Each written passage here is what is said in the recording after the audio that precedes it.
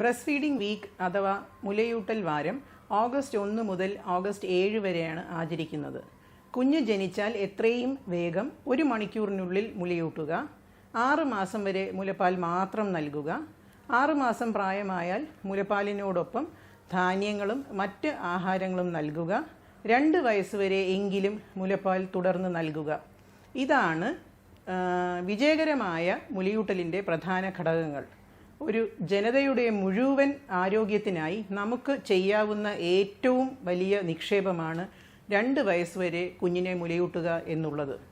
പക്ഷേ സാക്ഷര കേരളത്തിൽ ഏറ്റവും ലേറ്റസ്റ്റ് നാഷണൽ ഹെൽത്ത് സർവേ പ്രകാരം 55% അമ്മമാർക്ക് മാത്രമേ 6 മാസം വരെ കുഞ്ഞിന് മുലപ്പാൽ മാത്രം നൽകാൻ സാധിക്കുന്നുള്ളൂ. ഈ കണക്കുകൾ നമുക്ക് പറഞ്ഞു തരുന്നത് അമ്മയും കുഞ്ഞും മാത്രം ഉത്സാഹിച്ചാൽ പോരാ വിജയകരമായി മുലയൂട്ടാൻ. ഇതിൽ നമുക്ക് ഏവർക്കും പങ്കുചേർന്നാലേ മതിയാവൂ. കുഞ്ഞിൻ്റെ അച്ഛനും വീട്ടിൽ മറ്റ് ബന്ധുക്കൾ, സുഹൃത്തുക്കൾ, ജോലിസ്ഥലത്ത് സഹപ്രവർത്തകർ, മേലുദ്യോഗസ്ഥർ ഇവരെല്ലാവരും കൂടി പരിശ്രമിച്ചാൽ മാത്രമേ 2 വയസ്സ് വരെ നമുക്ക് കുഞ്ഞുങ്ങൾക്ക് അമ്മയ്ക്ക് തുടർന്ന് മുലയൂട്ടാൻ സാധിക്കുകയുള്ളൂ.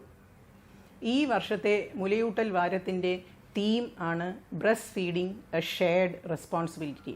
വരൂ, നമുക്കേവർക്കും ഇതിൽ പങ്കാളികളാകാം.